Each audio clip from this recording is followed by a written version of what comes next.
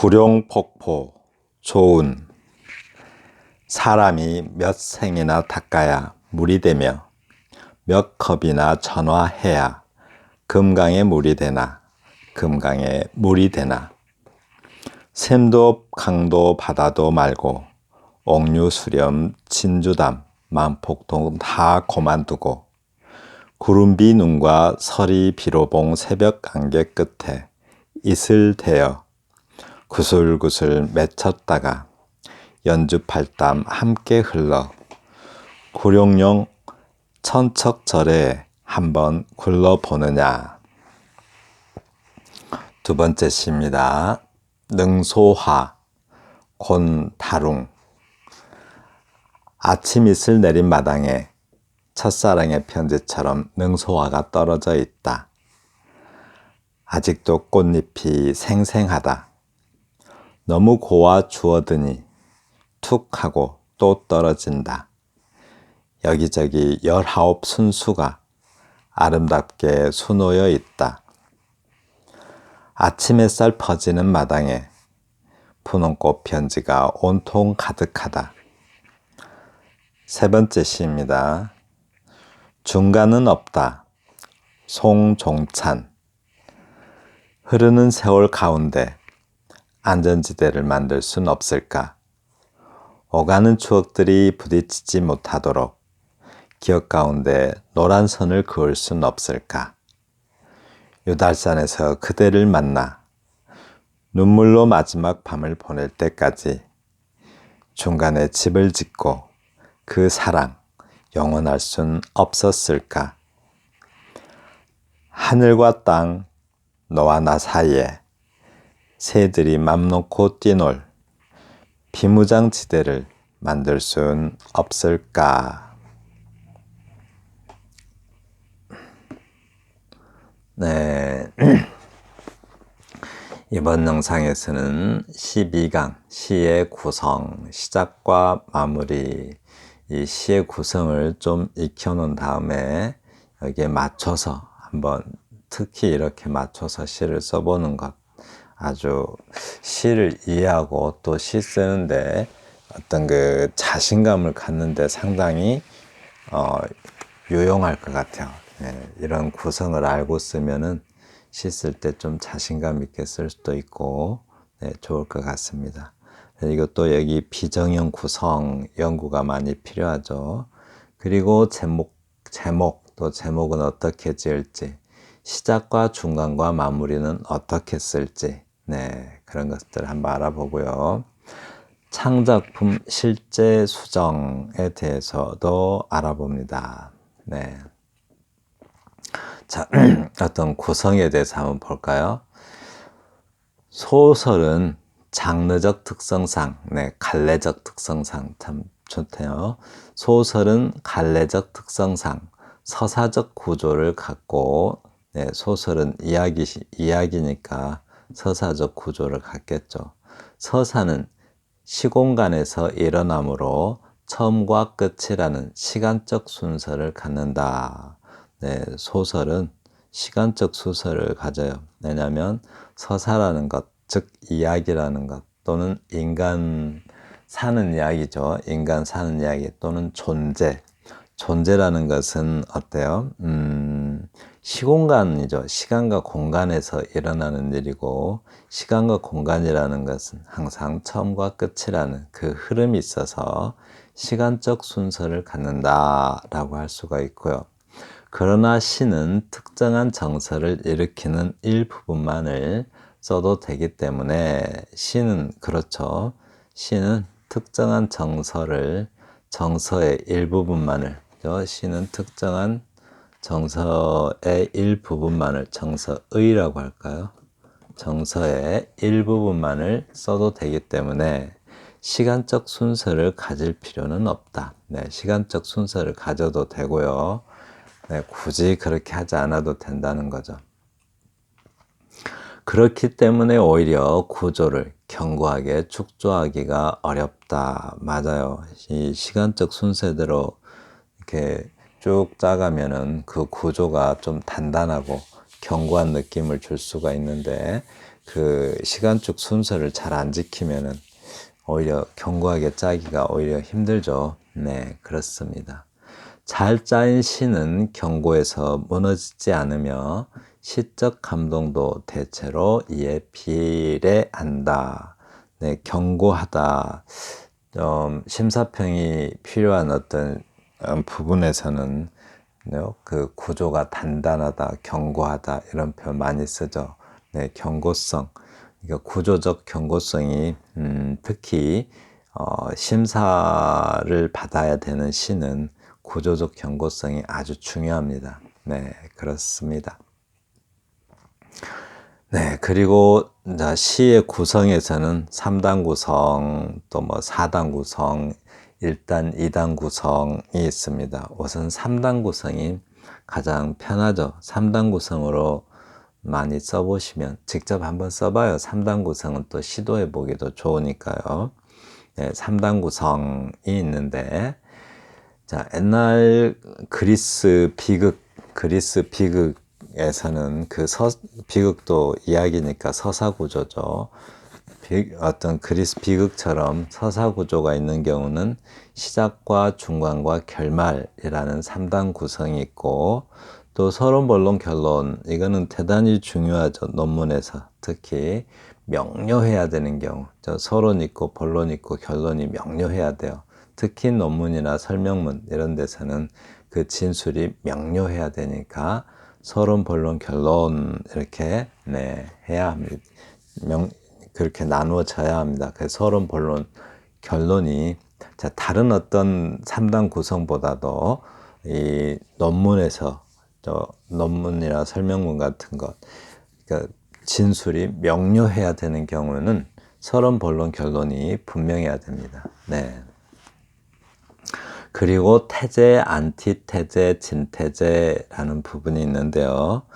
이 태제, 우리 그 변증법에서 정반합이라는 게 있죠. 태제.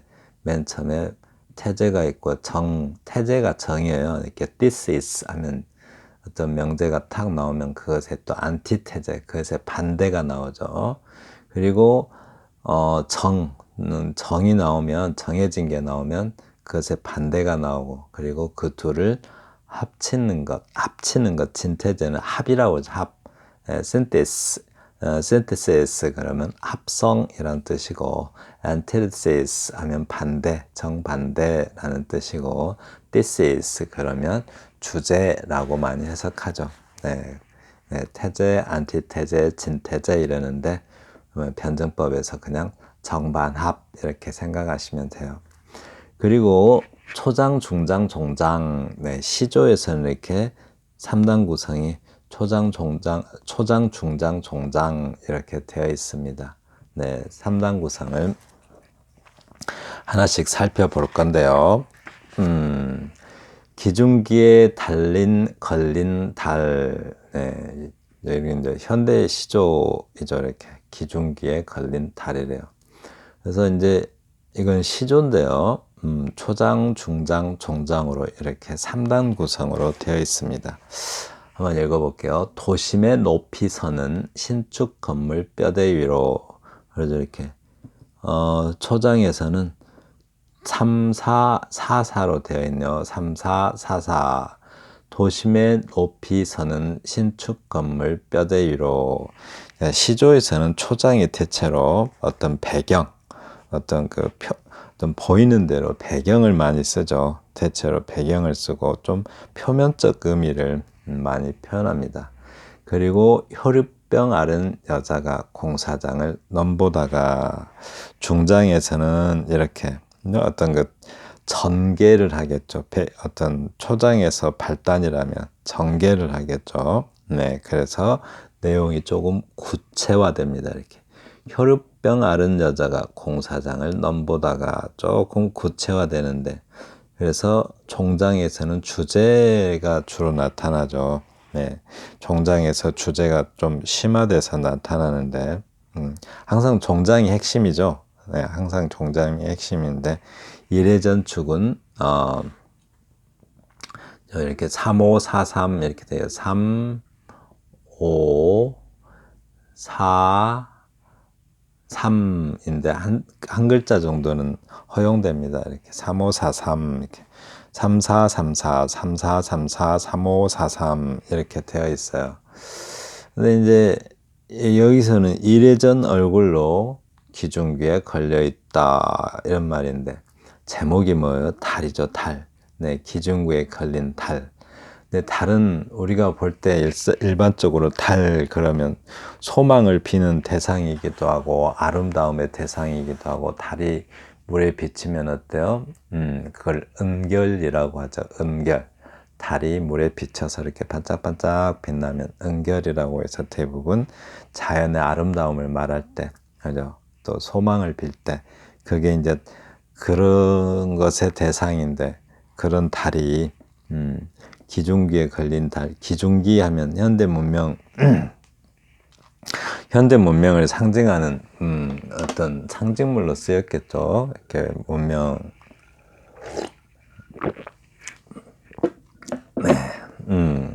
근데 이제 달이 지금 그렇게 안 보여요. 지금 이 시에서는.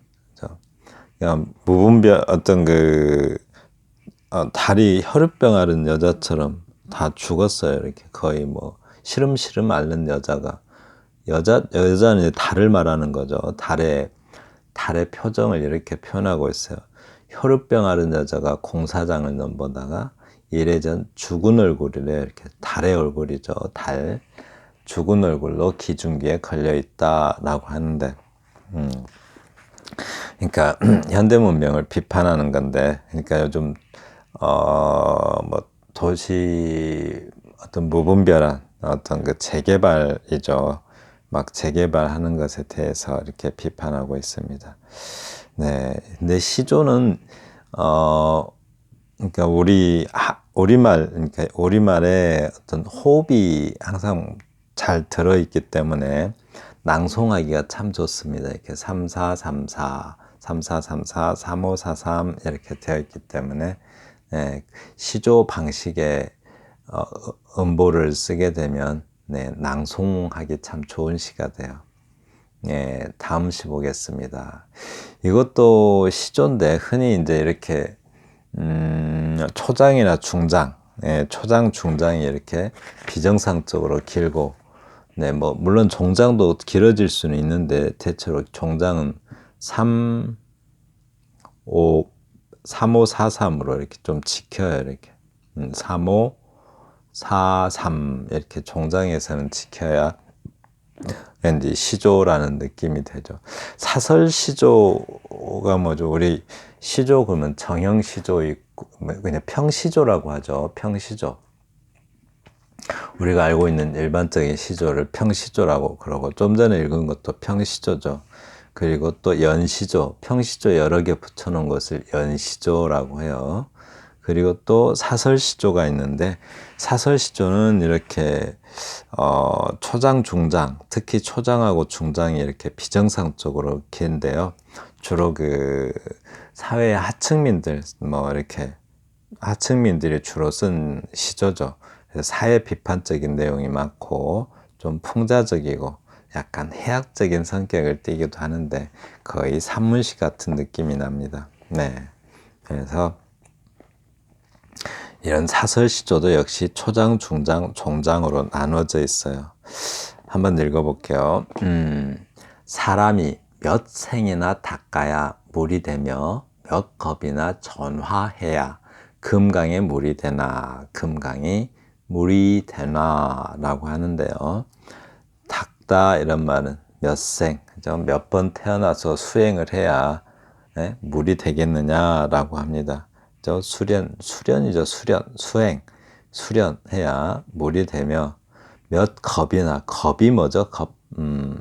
한 세상이 그러니까 겁이라는 것은 천지가 개벽을 하고 그리고 다시 천지가 개벽하는 데까지 걸리는 시간을 겁이라고 하죠. 그러니까 엄청나게 긴 시간이겠죠. 겁이라는 거는.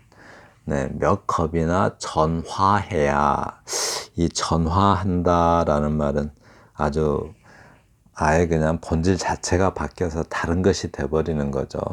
뭐 사람이라면 나무가 된다든가 뭐 이런 식으로 몇 겁이나 전화해야 금강에 물이 되나 금강에 물이 되나라고 네, 영탄법을 쓰고 있어요. 그러니까 사실은 물이 될 수 없음에 대해서 한탄하는 듯한 탄식하는 듯한 그런 느낌이 들죠. 그래서 이제 이렇게 사설시조는 조금 진술 중심이 진술이 좀 많아요. 이렇게. 근데 이제 지금 보시면 물이 되고 싶어 하고 있죠. 지금 물. 그죠? 어떤 자연과 하나가 되고 싶은 마음 또는 뭐 물처럼 깨끗한 존재. 네, 그런 마음, 물과 같은 마음이 되고 싶은 그런 마음을 표현한 듯 하고요. 또 금강에 물이 되나 지금 화자는 금강의 물이 되고 싶어요. 금강. 그래서 화자가 느끼는 금강의 물, 금강의 물이라는 것은 어쩌면 범접할 수 없을 만큼의 어떤 숭고한 존재로 인식하고 있는 것 같죠. 그래서 네, 몇 겁이나 전화해야 도저히 도저히 이룰 수 없는 그 단계로 인식하고 있어요. 그래서 몇 겁이나 되어야 전화해야 금강에 물이 되나 금강에 물이 되나라고 말하고 있습니다. 네, 그리고 중장은 또 뭔가 좀 초장을 이어받아서 뒷받침해 줘야겠죠. 네. 샘도 강도 바다도 말고 옥류 수렴 진주담 만폭동 다 고만두고 구름비 눈과 서리 비로봉 새벽 안개 끝에 풀 끝에 새벽 안개 풀 끝에 이슬 대어 구슬구슬 맺혔다가 연주팔담 함께 흘러라고 하는데요. 네, 시어 자체가 아름답죠. 샘도 강도 바다도 말고 옥류 수렴. 네, 옥류 수렴. 수렴은 그 물로 된 발이라는 뜻인데 발 아시죠? 발. 예, 햇빛 들어오지 말라고 쳐놓은 것도 발이고 또 그게 식당 같은데 이렇게 주렴도 있죠. 이렇게 주렴, 발. 그것도 발인데. 그 수렴은 물로 된 수렴인데 폭포를 가리켜서 이렇게 표현합니다. 물로 된 발, 즉 폭포예요, 폭포. 즉 옥류, 깨끗한 그 옷 같은 물의 발. 그리고 진주담은 못 같은 것이고 만폭동, 골짜기 같은 것을 말하는 거겠죠. 다 고만두고 구름비 눈과 서리 비로봉 새벽 안개 풀 끝에 있을 대어. 네, 이런 것까지는 바라지도 않고 풀 끝에 작은 이슬이라도 돼서, 그죠? 풀 끝에 이슬 살짝 맺혀 있잖아요. 풀 끝에 이슬 되어 구슬구슬 맺혔다가 연주팔담 함께 흘러라고 합니다. 네, 주렴처럼 그 연주팔담으로 함께 흘러서 네, 흐르겠대요. 그렇게 흘러가겠대요. 그러니까 아주 그냥 깨끗한 이슬처럼 깨끗한 맑고 깨끗한 존재가 돼서 네, 폭포와 함께 힘차게 흘러보고 싶다고요. 네, 거침없이 막 그 폭포 흐르듯이 거침없이 막 그런 흐르는 네, 거침없는 존재가 되고 싶어 합니다. 구룡년 천척절에 한번 굴러보느냐라고 하는데 이 부분이 조금 뭔가 그래요. 막 폭포처럼 거침없이 흘러보고 싶은 마음인데 이 화자는 그렇게 흐를 수 있을까요? 없을까요? 네, 어려우니까 이렇게 썼겠죠. 그럴 수가 없으니까. 그런데 구룡령 천척절에라고 하는데 천척이나 되는 절에 깎아지른 듯한 절벽을 말하죠. 절에 그 폭포를 말하겠죠. 폭포. 그 깎아지른 듯한 그 절벽을 한번 굴러나 보겠느냐라고 하는데 어쩌면 그러니까 종장에서는 늘 그렇듯 그 주제이죠. 주제가 드러나는 장이죠. 그런데 어때요? 뭔가 그 시인의 어떤 답답한 그러니까 화자가 뭔가 그럴 수 없는 어떤 답답한 상황에 처해 있음을 우리가 알 수가 있겠죠. 예, 그래서 화자는 그렇게 답답하니까 그런 폭포처럼 흘러보고 싶은 거죠. 떨어져 보고 싶고 거침없이. 그래서 그 어떤 맑고 깨끗한 물이 돼서, 네, 지금 화자는 그렇지가 못한 거예요. 그래서 맑고 깨끗한 물이 돼서 또 폭포가 되고, 그 폭포와 함께 시원하게 한번 흘러보고 싶다라고, 어쩌면 세상을 그렇게 폭포처럼 시원하게 흐르면서 살고 싶다라고 말하는 듯합니다. 네, 이렇게 사설시조도 3단 구성, 그렇죠? 초장, 중장, 종장 이런 식으로 3단 구성으로 쓸 수가 있습니다. 네, 그렇습니다. 자, 네, 현대시 볼까요? 그 다음에 능소화, 곤다룽 시인의 시인데요. 이 경우도 이렇게 3단 구성으로 되어 있어요. 이렇게 아침 이슬 내린 마당에 첫사랑의 편지처럼 능소화가 떨어져 있다. 네, 아주 감각적으로 써놨죠. 이렇게 능소화가, 그러니까 아침 이슬 내린 마당에 첫사랑의 편지처럼 능소화가 떨어져 있다. 능소화 많죠. 근데 요즘 길거리에 보면은 서양 능소화가 참 많이 피어 있죠. 외국에서 외래종이. 능소화 여름에 피죠. 근데 이거 꽃가루가 눈에 들어가면 많이 안 좋아요. 식물 읽어주는 시인, 거기 들어가면 능소화 설명되어 있습니다.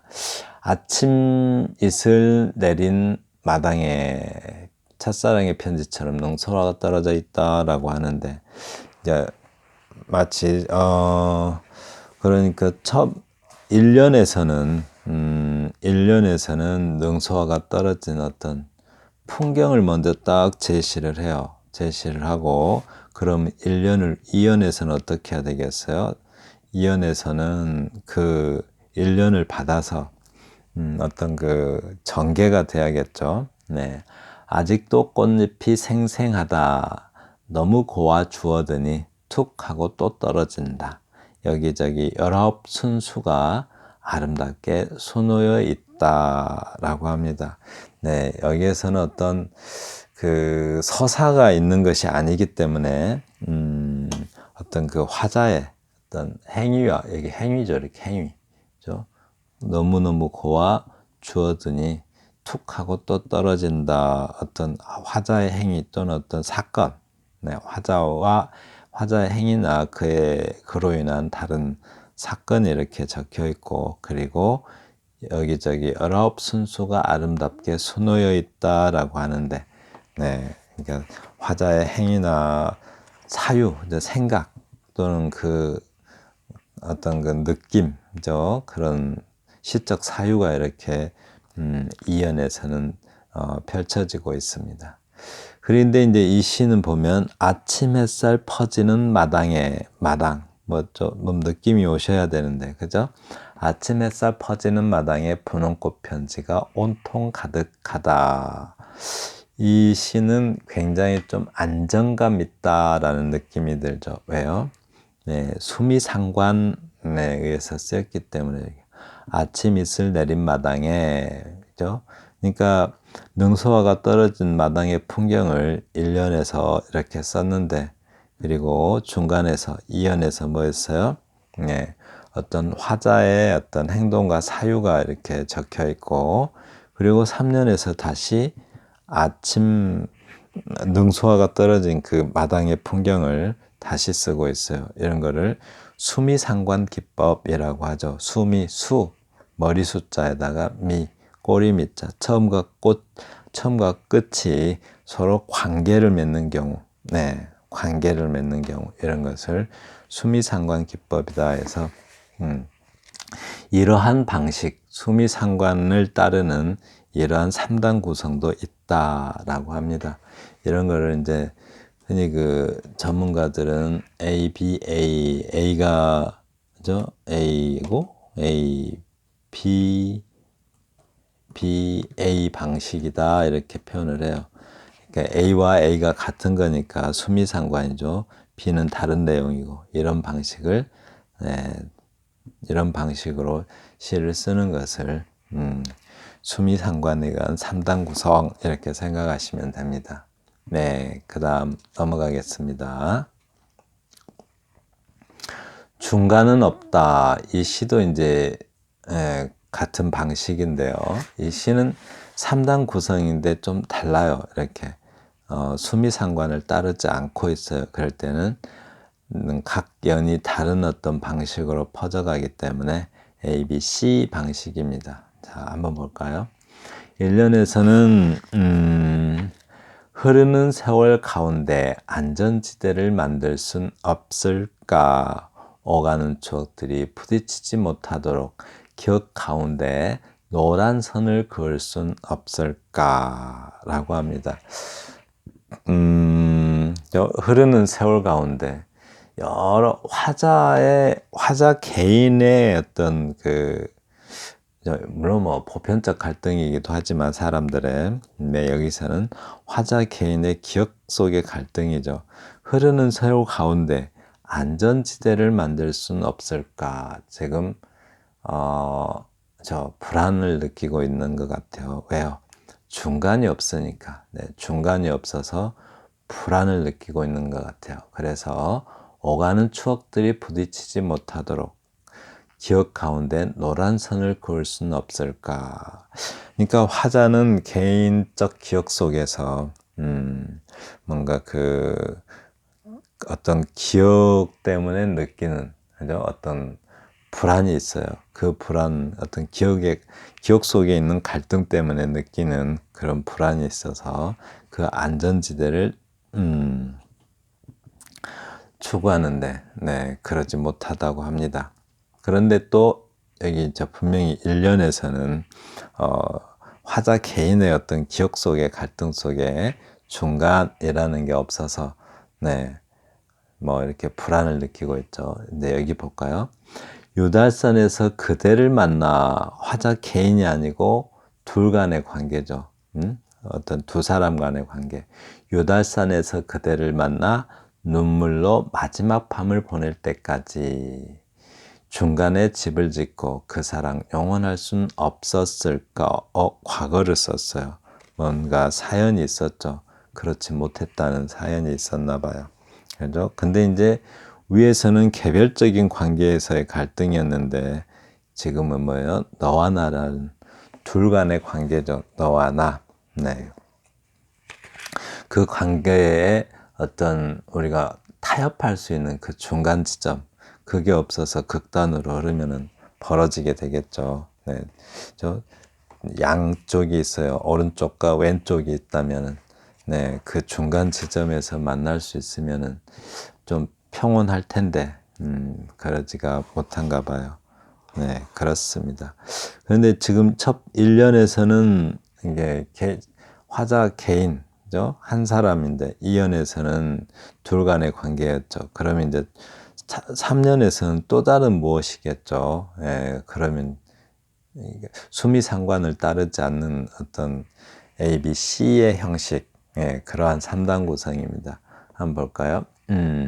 하늘과 땅, 너와 나 사이에 새들이 맘 놓고 뛰놀 비무장지대를 만들 순 없을까? 비무장지대 그러면 DMZ. 그러니까 그러니까 지금 여기서는 뭐랄까 우리 한반도의 어떤 상황까지 이렇게 남북 분단이라는 그죠?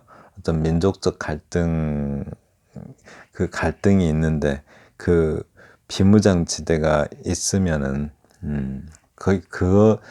그 민족적 남북 분단이라는 민족적 갈등 사이에 비무장지대가 있는데 거기까지 이렇게 확대되고 있어요. 그래서 마치 비무장지대에 새들이 맘 놓고 뛰어놀듯이 너와 나 사이에 또 새들이 맘 놓고 뛰어놀 그런 비무장지대를 만들 순 없을까?